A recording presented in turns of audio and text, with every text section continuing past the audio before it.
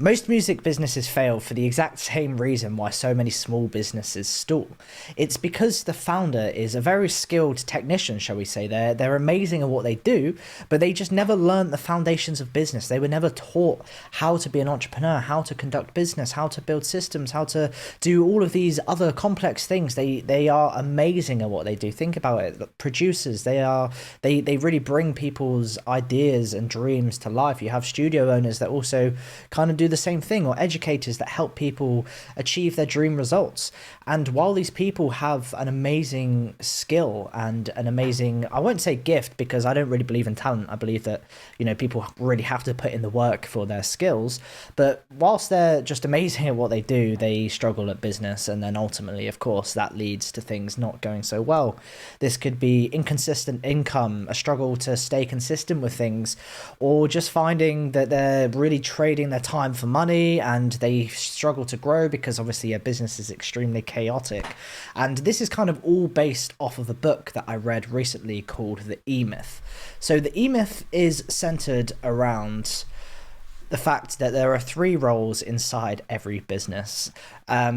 This is sort of the first of a series that I'm doing. For me, this video is just kind of step one of being extremely consistent, and I plan to increase the production value and all of that sort of stuff in the coming videos. I'm just really working on just giving you raw value in these videos. So the E-Myth comes around three concepts or three roles within a business. So you've got the technician who is doing the actual work, the manager who organizes the work, and the entrepreneur that builds the machine. And the thing is, if you can't be all three at once, you're going to struggle. You could be the best music producer in the world, but if you can't commoditize yourself, if you can't turn that into a business, if you can't build the systems, if you can't scale and market and do sales, then you're gonna struggle. So you have to really lean in on these three key things. Of course, when you advance, when you develop, when you grow, you can outsource these things, but for the first few years while you're building the foundations, typically as a business, everything relies on the founder, everything relies on the technician, everything relies on the person that is running the business. And often, being three heads at once can be extremely difficult. So the thing is, music business owners need to start thinking like operators. They need to start thinking like entrepreneurs.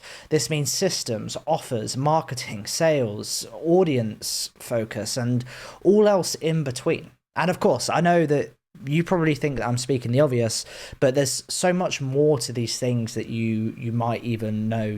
These are like icebergs. They have these terms on the surface of the water, but they just go so much deeper, and that is what we're going to explore today. So the system that I work with my clients inside of Hendrick Academy, which is a music business growth incubator and consultancy, we operate like an interactive school. The link is in the bio if you want to check it out. We take our clients and our students through a 4-system process, and it's centered around adopting the entrepreneurial mindset and then figuring out what your skills are and monetizing them, and then building the systems behind the business, and then scaling and growing. So if we really just lean into the first topic, which I spoke about, we call it the creative operator, but for you, this could just be adopting an entrepreneurial mindset. It could be becoming an actual business person. For me, this is key. So I would say the most important thing in this step is understanding that obviously business is really difficult. Things don't go to plan.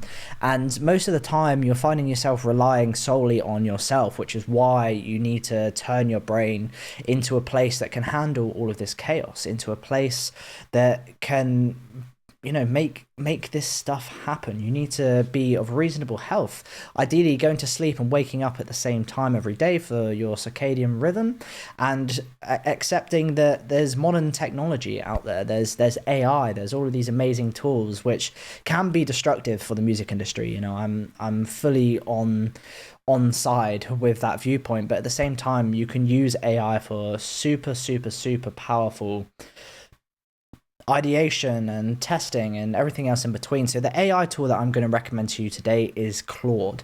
I'm not sure if you've seen all of the controversy with World War III happening, but essentially ChatGPT and OpenAI have signed some crazy agreement with the US government, and that's led a lot of people to move over to Claude from ChatGPT. And I've made the migration myself, and so far I'm loving it. I think it's amazing and super advanced for what it is, and it tends to do a lot kind of longer workflows a lot better than chat.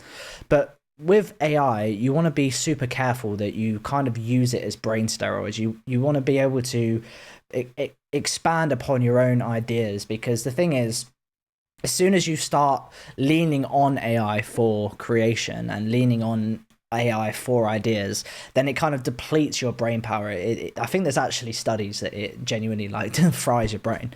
Whereas in my opinion, if you use it as a tool to expand upon your already great ideas, if you use it as a tool to conceptualize what's already in your head, or to just make what you're working on better, then of course it's a no-brainer. But I would say my tip for this is just to not lean on it too much and not become too reliant on it, because ultimately our biggest asset is our brains, and the second you start doing anything to deplete the strength of that, you're not really putting yourself in a great position.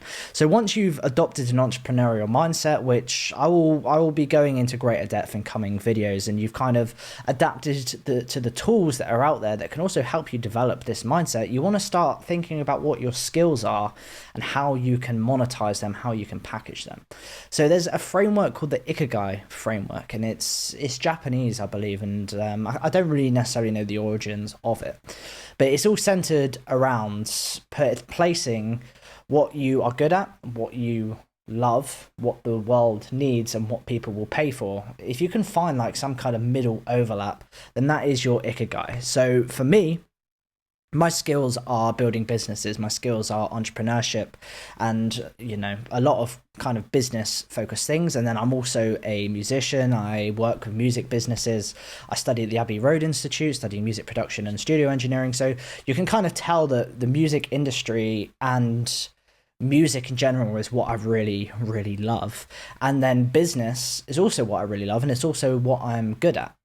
So for me, having a music business consultancy works amazingly well, because like I said, I'm in the industry myself, and I have a background in this crazy industry that we operate within. And then my skills and also what I love are business. So it makes perfect sense for me to do something like this. Whereas if you're really good at playing guitar, and that's also what you love, and people are willing to pay for that, and people need guitar lessons, then you can identify guitar teaching as your Ikigai. And for me, I know that music businesses need help modernizing. I know that they need help adapting to this modern digital economy that we live in. And yeah, for me, it just made perfect sense to help these kinds of people figure out what it is they do, what it is that they're good at, and how they can package it into an offer. And from there, you also then will want to select what niche you're in and the messaging that you have. This is all super important stuff. Again, I'll cover it in later videos, but what I found from building Hendrick Academy is one of the most fundamental things is the messaging. You want to highlight your ideal client persona, or your client avatar, or however you want to word it, and then you want to really try and think and understand how you can actually talk to them, how you can get into their brains, how you can write your messaging in a way that's actually going to resonate with these people and make them want to interact with whatever it is that you're offering. Because at the end of the day, there's so much noise online, especially with AI, and that means that there is a surplus of quantity, and there's so much noise. Whereas if you can really speak to these people, if you can really speak to who it is that you're targeting, then it lands so much better. Because in my opinion, whilst AI is making a lot of industries so much tougher for people, it also breeds a whole new ground of opportunity for humanism and being relatable and being a human being. And I think that's something that you don't want to sleep on. And then of course, once you've kind of packaged up your skills and you figured out how to actually speak to these people that you are selling to, you then have to package something into an offer. The whole idea of an offer is that you give someone a transformation, you provide someone a service, you help XYZ person do XYZ thing in XYZ time period. So for Hendrick Academy, again, link in the description, we help music business owners go from an idea to a scaling, functioning, growing business in 90 days.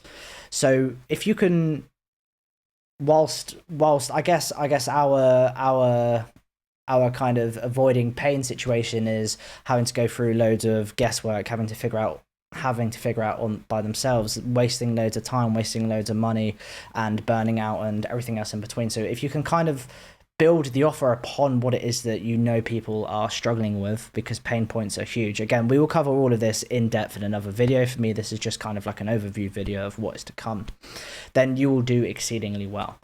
And then from there, we go into step 3, which is all about building your actual online business. So there's endless tools out there to build an online business. I'm not going to tell you how to host a website or how to do all of that sort of stuff, because there's endless information out there and there's many different ways of doing it. We provide that within Hendrick Academy. That's part of what we do. We give you all of the tools, the templates, the systems, and everything that you need to actually build an online business. But it's important that the funnel is smooth. It's nice for people to engage with. It's not too messy, it's not too busy, and ultimately it's important that it runs. It's important that you set up automation, because the thing is, without automation you can spend countless hours manually reaching out to people. Or to be honest, I manually reach out to all of my leads, and a lead, if you don't know what that is someone that comes into your pipeline, someone that is a potential customer, let's just say. And I personally phone all of my leads, because I love doing that, and I love actually speaking to people. And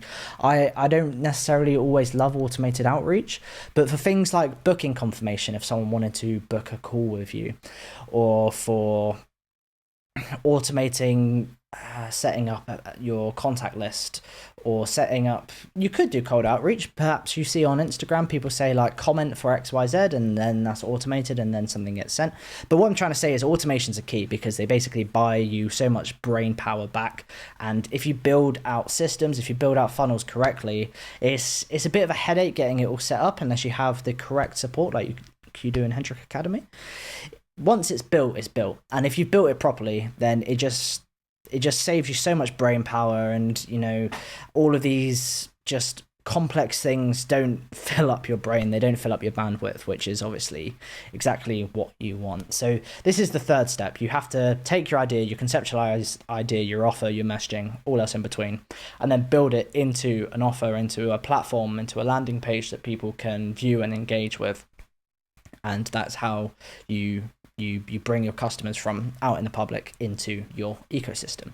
And then finally is all about scaling and growing. So the most important thing for scaling and growing, number one, is tracking metrics. It's also tracking leads, aka potential customers, and just tracking performance in general.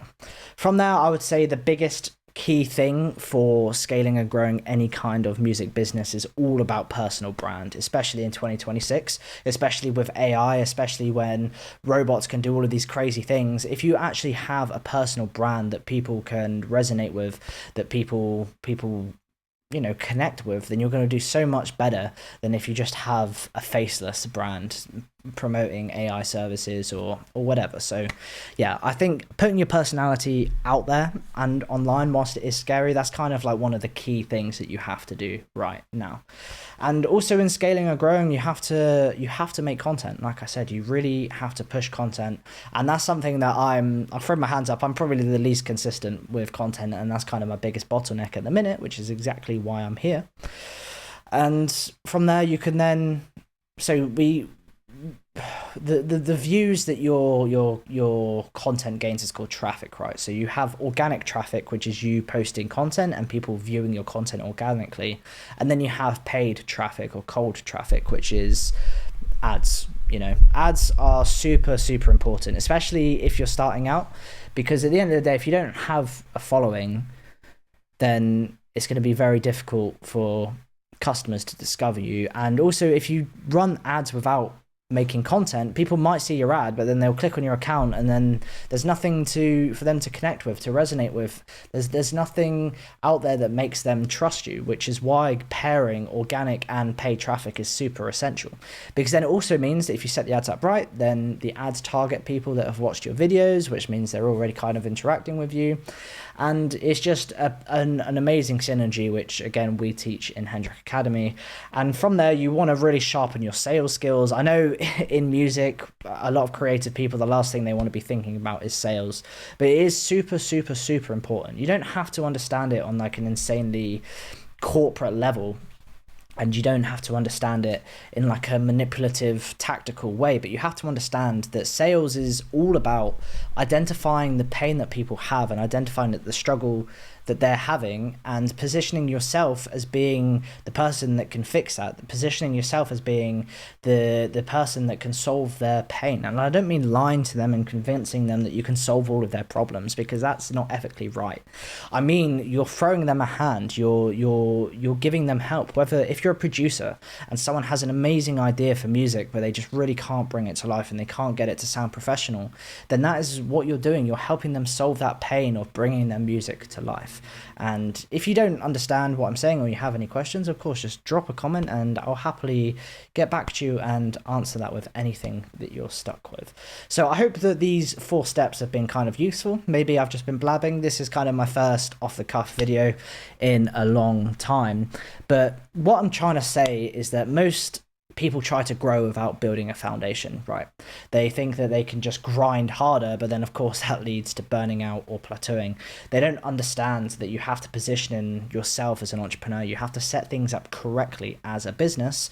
Otherwise, you're just going to burn out. You're just going to be blowing into the wind, and it's just not going to serve yourself or your business. So the coming videos that I'm going to be posting are really going to be kind of centered around these 4 topics that I've mentioned today. I'm probably going to keep each video per topic just so that we can like really dive deep into specific things and I can really educate you and help you along this journey, because yeah, that's just what I love doing. I love helping people, and I love bringing people's dreams to life ultimately. So yeah, I hope you like this new format of content. I've been really trialing and testing various formats, doing just short form and then not really loving it, and then trying different forms of just short form, not really loving it. So what I've kind of settled on now is making these longer form videos and then deriving the shorts from that. So yeah, I hope you enjoy, and I hope that, you know, this channel can actually help you achieve what it is that you want to achieve in life. So again, like I mentioned earlier, I am Gwethan. I'm the founder of Hendrick, and we're currently running, or I say currently, but this is literally what I want to do for the rest of my life. So I run Hendrick Academy, and we are a music business consultancy and growth incubator, and we take music businesses all the way from a simple idea to a full-on operating scalable business. And we also work with all sorts of music businesses that are at all sorts of stages in their life. So if you think that you can actually get value from this, if you think that you can